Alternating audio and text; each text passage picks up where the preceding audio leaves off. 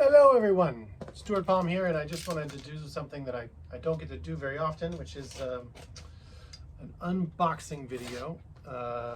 What I've got here is the second run.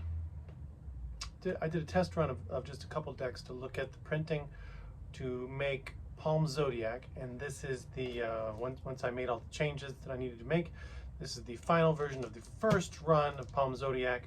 I only did 50 decks, maybe a couple more than that, but around 50 decks, because I wanted to fulfill this for the Kickstarter, and also have some to start off. And I'm not sure if I'm going to do another Kickstarter just for these, or how I'm going to go forward in the next. I'll print more in the future. But for now, these are the ones that exist. So that's exciting. Let's see how it goes.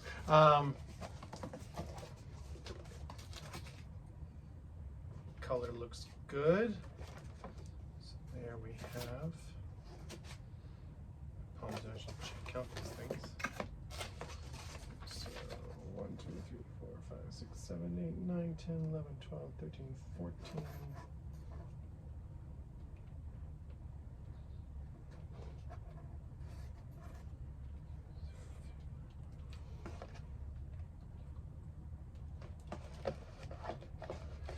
50 of them. They didn't go extra sweet and offer me any extra, but you know, that's the way it goes sometimes. So I have 50 decks of Palm's Zodiac, and you can see it's a nice violet color with a sort of pink violet for the titling. Looks pretty good. I had the choice of doing these in a matte finish, which actually is probably going to look better on the camera. This is the first run, it was a matte finish. And the matte finish is very nice, but in carrying it around in my bag and in my pocket, it gets worn very quick. So I changed to a gloss finish, which we'll look at now. Should be like a little...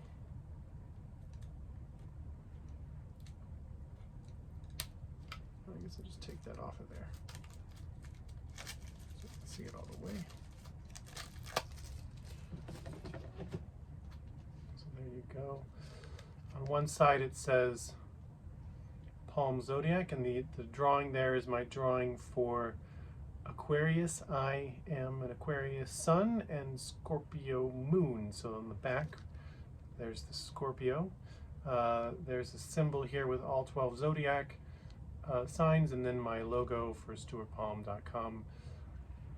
The one who knows on the back, and it says 40 Zodiac cards, which actually I hope that's right. Yeah, it looks good. Colors look right. Let's look at the cards.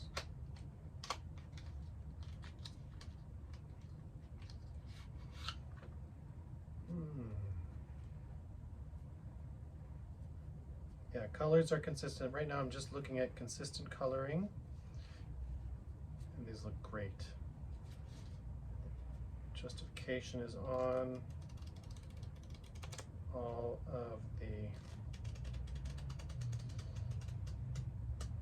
of the stones printed good. The first run there was a little bit off justification, a little bit of things that had been missed in the image. So I'm going to show you each card. And each card has the sign, the element, earth, air, fire, water, whether that's positive or negative, the dates, the planet, the house, and the stone. So Aries is positive, fire. The dates March 21st to April 20th. I won't go through all this and all of them, but just give you an idea. The planet for Aries is Mars, the first house, and it's for the diamond, and there we have Amun-Ra. Amun-Ra is in the Egyptian constellations what they looked at as Aries, and I use that because Aries is a ram, and a lot of the symbolism of a new power, the power of spring, coincides with Amun-Ra as well, and I like his image. So this is directly drawn from a photograph of an Egyptian wall relief that would show Amun-Ra. Oh, great! These look great. Now we have Taurus, the bull. There you go, emerald. Taurus, the bull.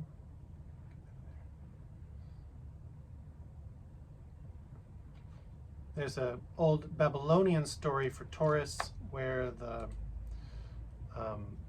bull of heaven has to fight a hero, and the heroes end up tearing the bull in half, and that's why there's a half bull in the constellation. Look up the Babylonian story of Taurus. It's cool. Gemini, the twins. Again, I went Egyptian with this one. I wanted to go with some of the lesser recognized stories because the twins in Greek mythology for Gemini are brothers. One of them is immortal, the other one's not. One of them dies, and the other one mourns him forever, so they mourn in the stars. But the Egyptian version is about duality and balance, more like a yin-yang. So you have the male and female together as the constellation. Then we have Cancer, classic crab. Cancer meaning crab itself. And I put this ball in the crab's claws. Sometimes words just jump out of my head. The crab's claws. And the reason I did that is that looking again at other cultures and my recent, not recent, but because I've been fascinated by Egypt for a long time, but Egypt's been on my mind lately. I've been reading books about Egyptian magic, and so you'll see a lot of Egyptian symbolism in these images, especially these first ones. But the Egyptian version of the constellation is the scarab beetle with the earth. So I'm sort of just subtly calling to that. There is Leo, also from a Egyptian statue there. And Virgo, we get back to Greece, and this is the image of Persephone, and there's skulls around her because she has to live part of her year in the underworld because she ate the pomegranate. There's a little pomegranate next to her head. She's a great story. If you don't know the story of Persephone, look it up. She brings on fall and autumn, and yeah, that's what that's about. Not looking so much at the concept of a virgin, but as the changing of the season.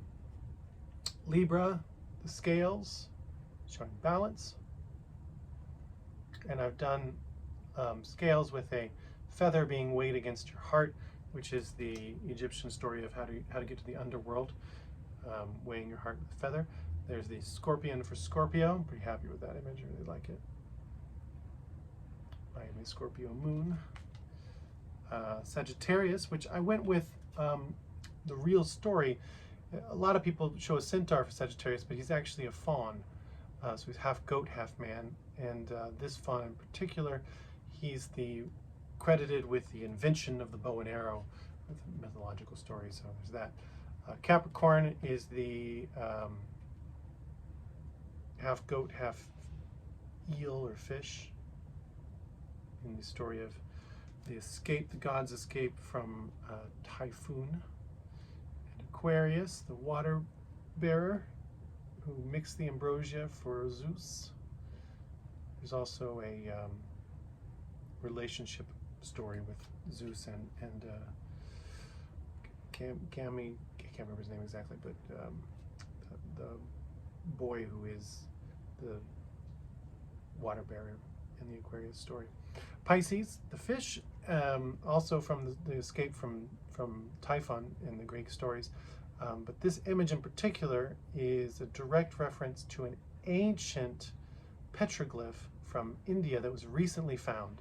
And so I just adapted that image to create this version of the Pisces fish.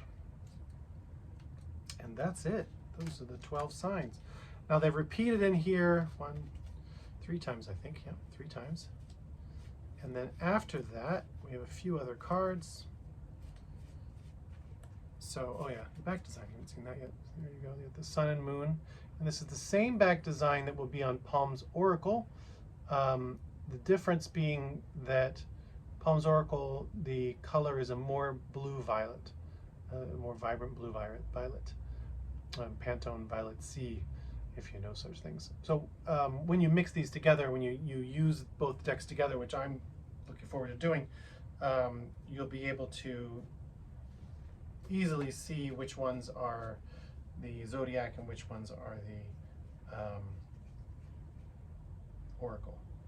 Also in the deck are 2 cards that give all the dates of all the signs for sun signs, with some nice Egyptian solar wings there, wings of Ra. And then a old, this is an old medieval image, woodblock image I found of the Zodiac man. I've done my own of this as well. I just really like these old versions of it. So this shows each sign and which part of the body it correlates to. And then the final card is my logo card. But my logo card is also useful because it shows the phalanges and their associations on the fingers to the different signs. So you get all 12 signs on your fingers there. There's lots of interesting things you can do with that as well. So I'm very happy with these. Looking forward to performing with them and using them in readings and sharing them with everybody. So thank you for watching this video. It's a bit long there, about 12 minutes. So thank you for your time, and I look forward to sharing a lot more with you guys soon. Be well.